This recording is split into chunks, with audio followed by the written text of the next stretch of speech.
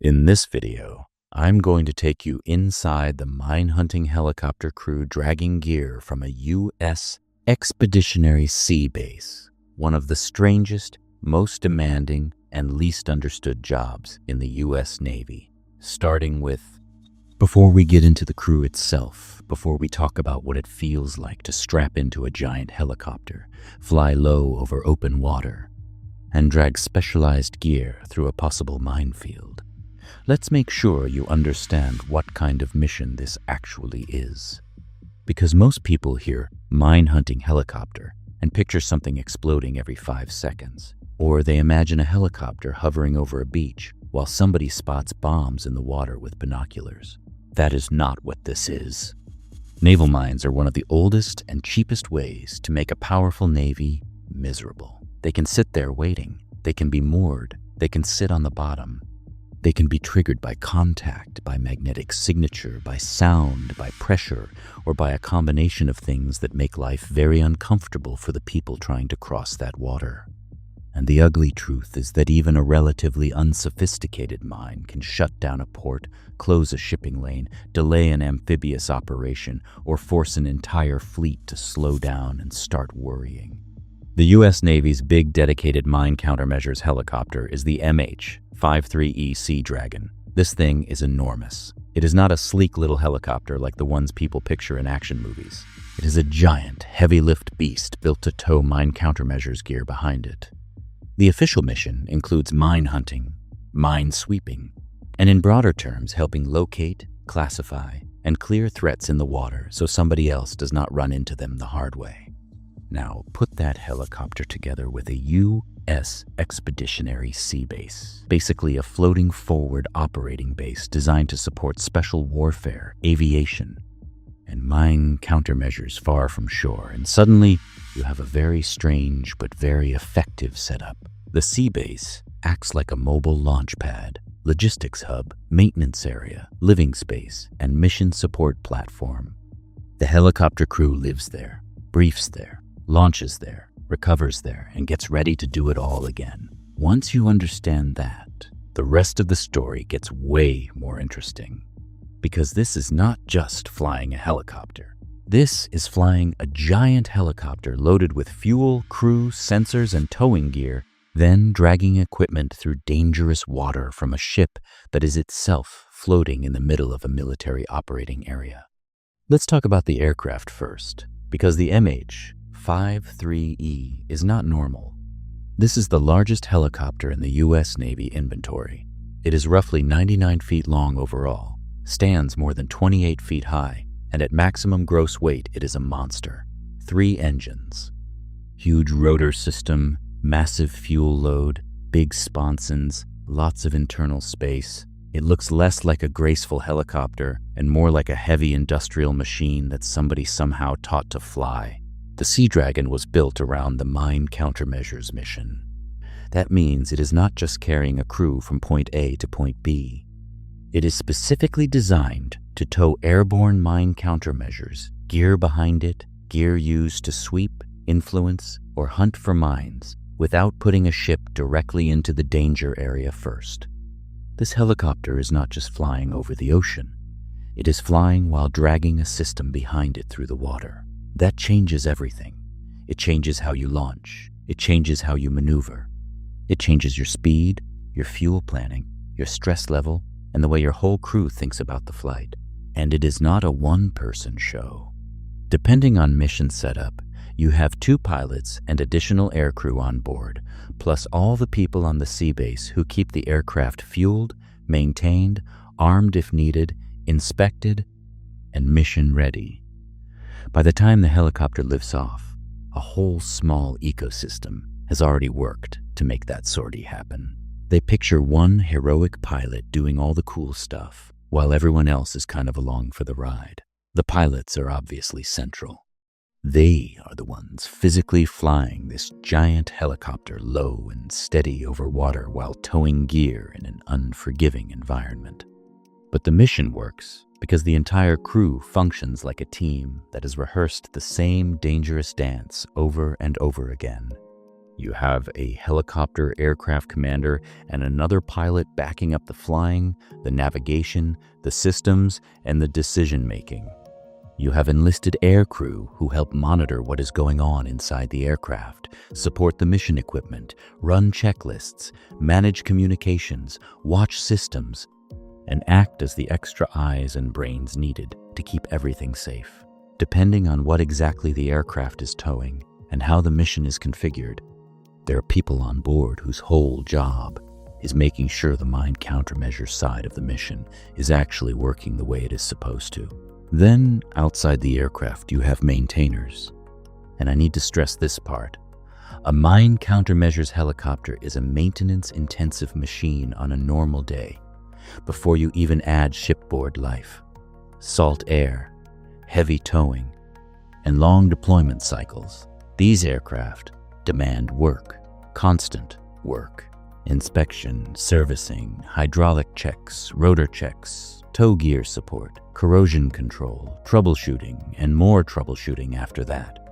So when you say life inside the crew, you really have to think bigger than just the people strapped into the seats. You are talking about a small community built around getting one of the weirdest aircraft in the fleet off the deck, through the mission, and safely back again. By the time the helicopter actually launches, the crew has already been working for a while. On a U.S. Expeditionary sea base, nothing about this feels casual. The ship is not a giant air station with unlimited space and nice hangar margins. It is a floating platform trying to support complicated aviation operations at sea. That means flight ops are tightly managed. Everybody needs to know who is moving where, what equipment is coming out, when the deck is clear, what the weather is doing, what the sea state is doing, what fuel is available, what maintenance status the aircraft is in, and what the mission is asking for. The crew goes over route, comms, emergency procedures, launch sequence, tow procedures, fuel planning, recovery expectations, and the specific gear being used that day. If the mission involves a Mark 105 magnetic minesweeping sled, that has its own considerations. If it involves other airborne mine countermeasures equipment, that brings a different set of concerns. Either way, everybody needs the same mental picture before they step to the aircraft. Launching from a sea base adds another layer to everything. The deck is moving. The wind over the deck matters. The ship's heading matters. Deck crews matter. Timing matters. If people get sloppy, metal starts hitting metal and careers end very fast. This is where the mission starts feeling less like ordinary naval aviation and more like a carefully managed engineering event. The helicopter does not just blast off, wave goodbye, and head toward a target area. If tow gear is involved, getting from deck to mission is underway, has a sequence to it. The gear has to be handled correctly, streamed correctly, tension managed correctly, aircraft attitude controlled correctly, and transitions made smoothly. That means the pilots are not just thinking like aviators. They are thinking like people responsible for a giant flying machine that is about to start pulling specialized hardware through the water while staying inside very specific performance margins. You are dealing with weight, drag, wind, visibility, sea conditions, and the physical behavior of the gear itself. The crew has to think ahead constantly. What happens if the tow tension spikes? What happens if the gear does not behave the way it should during streaming? What happens if the aircraft has a systems issue at exactly the wrong moment? What happens if the weather starts turning ugly halfway through the sortie? It is the kind of mission where nothing may happen visually for long stretches, but everyone involved knows they are sitting on top of a very demanding task that can go bad if discipline slips. Loud, busy, focused, repetitive in some ways, extremely unforgiving in others. This is not like cruising at altitude across a peaceful landscape. A mine countermeasures helicopter crew spends a lot of time flying in a very deliberate, controlled profile. You are over water. You are tracking your path carefully. You are keeping parameters where they need to be. And because the aircraft may be towing a system behind it, You are not free to fly however you want. You are managing a relationship between aircraft, crew, sea, and gear.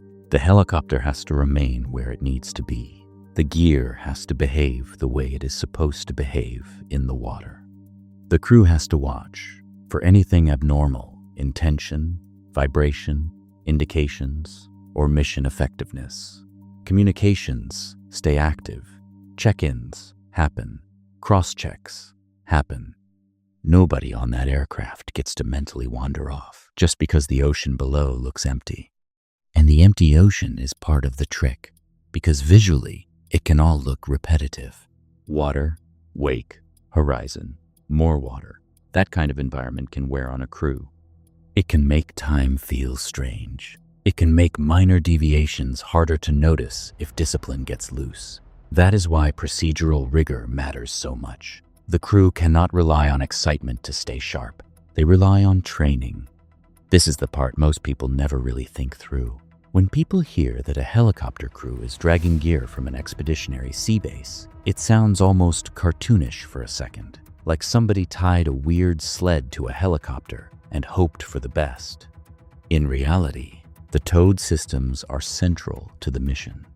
A helicopter like the MH-53E can tow specialized gear to sweep or influence mines. One well-known example is the Mk-105 magnetic minesweeping system, often described as a sled. The basic idea is that instead of sending a ship directly into danger, the helicopter tows a system that can simulate the magnetic influence a mine is looking for, hopefully triggering the mine safely away from higher-value vessels. Other mine countermeasures tasks involve hunting and classifying objects, or supporting the larger process of finding and clearing routes. What matters here is that the helicopter crew is working at standoff range from the threat while using the gear to do the dangerous part in the water below. That sounds safer than sending a ship in first, and it is, but safer does not mean easy.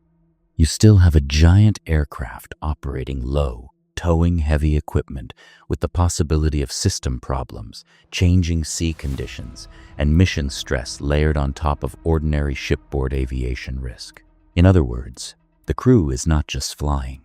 They are conducting a controlled towing operation in a military environment from a ship over water that may contain exactly the kind of thing the whole mission is trying to neutralize.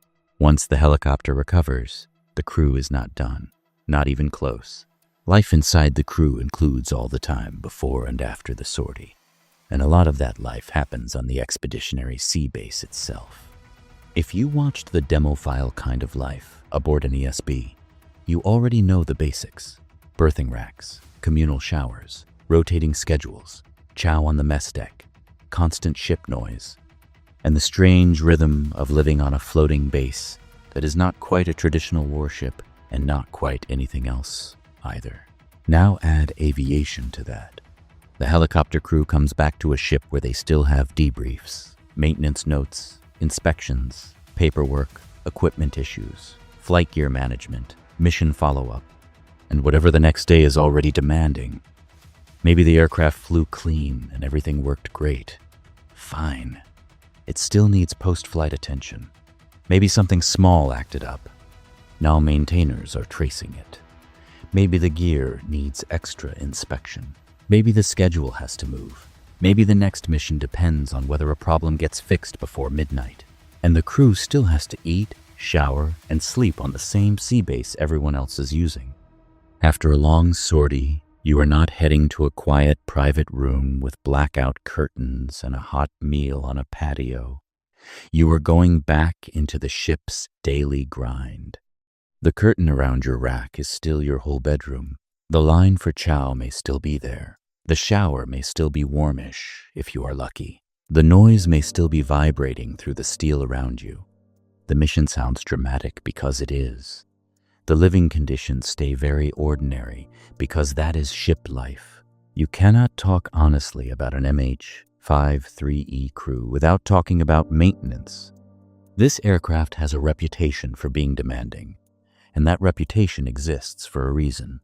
A huge helicopter operating in a corrosive maritime environment often with heavy mission gear and towing stress, does not take care of itself. It needs people, skilled people, tired people sometimes. People who know what they are looking at and what a tiny problem can become if it gets ignored. So, for a lot of the crew ecosystem, life is not defined by the dramatic mission shot everybody likes to photograph. It is defined by tools, panels, inspections, leaks, corrosion, hydraulic fluid, troubleshooting, and trying to give the pilots an aircraft they can trust the next time they launch. That work does not get enough attention from civilians because it is not visually exciting. But ask anybody in naval aviation, and they will tell you the truth fast. The mission happens because maintainers made it possible. And on deployment, on a sea base, far from a giant shore facility with unlimited support, that matters even more. The mine-hunting helicopter crew stress is a little different. A lot of it is procedural stress, mechanical stress, repetitive precision stress, the kind where you know the mission only works if people stay careful even when tired, hot, bored, or mentally overloaded. You are often operating in regions where the threat is real but invisible. You do not see the enemy in a movie sense. The threat might be a mine on the bottom. It might be a route that has not been proven safe. It might be a mission set that matters because everyone is trying to make sure the crisis never reaches the point where headlines get dramatic. That can weigh on a crew in a weird way, because the whole purpose of the job is to keep disaster from happening. If you do it perfectly, maybe nothing exciting occurs at all. But that nothing only exists because the crew, aircraft, ship, and support team all kept doing a difficult job correctly. Why the Expeditionary Sea Base changes everything. This whole story works because of the sea base. Without it, the helicopter crew would still be impressive. But the ESB changes the geometry of the mission. It lets the Navy push aviation and mine countermeasures support forward without needing a giant fixed base ashore or a full carrier for a mission set that does not need one. The ESB becomes home, flight line, maintenance site, mission support node, and recovery point all at once. It sits close enough to cut transit time and make mine countermeasures work more practical in places that matter. It gives the helicopter crew a floating base of operations that can move with the larger problem. But it also means the crew lives with the mission constantly. There is no neat separation between work and home. The deck where the helicopter lands is part of the same ship where the crew eats dinner. The route brief for tomorrow happens not far from the rack where somebody is trying to get 4 decent hours of sleep. The maintenance grind is happening on the same platform where people are calling home on bad Wi-Fi and trying to act normal for their families. The last thing I want you to take away is this. It is easy to get hypnotized by the gear. The helicopter is huge. The sled is weird. The ship is unusual. The mission sounds specialized and exotic. All true. But none of it means anything without the people. A mine-hunting helicopter crew from a U.S. Expeditionary Sea Base is made up of people who have to be technically sharp, mentally steady, and comfortable living in an environment that is loud, cramped, repetitive, and occasionally dangerous in a very matter-of-fact way. They have to launch from a moving ship, tow gear through the water, trust one another in the aircraft, trust the maintainers, trust the deck crew, trust the procedures, and then come back and do the whole life at sea routine again. They are not movie stars. They are not usually the first people the public thinks of when they hear Navy. But if shipping lanes need to be cleared, if other ships need safer access, if a mine threat needs to be dealt with before it becomes somebody else's disaster, these are exactly the kinds of crews that suddenly become very important. So next time you hear mine-hunting helicopter crew dragging gear from a U.S. Expeditionary Sea Base, do not picture some niche side mission nobody cares about. Picture a giant sea dragon towing specialized gear over dangerous water from a floating base, supported by a whole team of tired, skilled professionals who sleep in racks, shower fast, eat when they can, and do one of the weirdest and most essential jobs in naval warfare. That is, life inside this crew.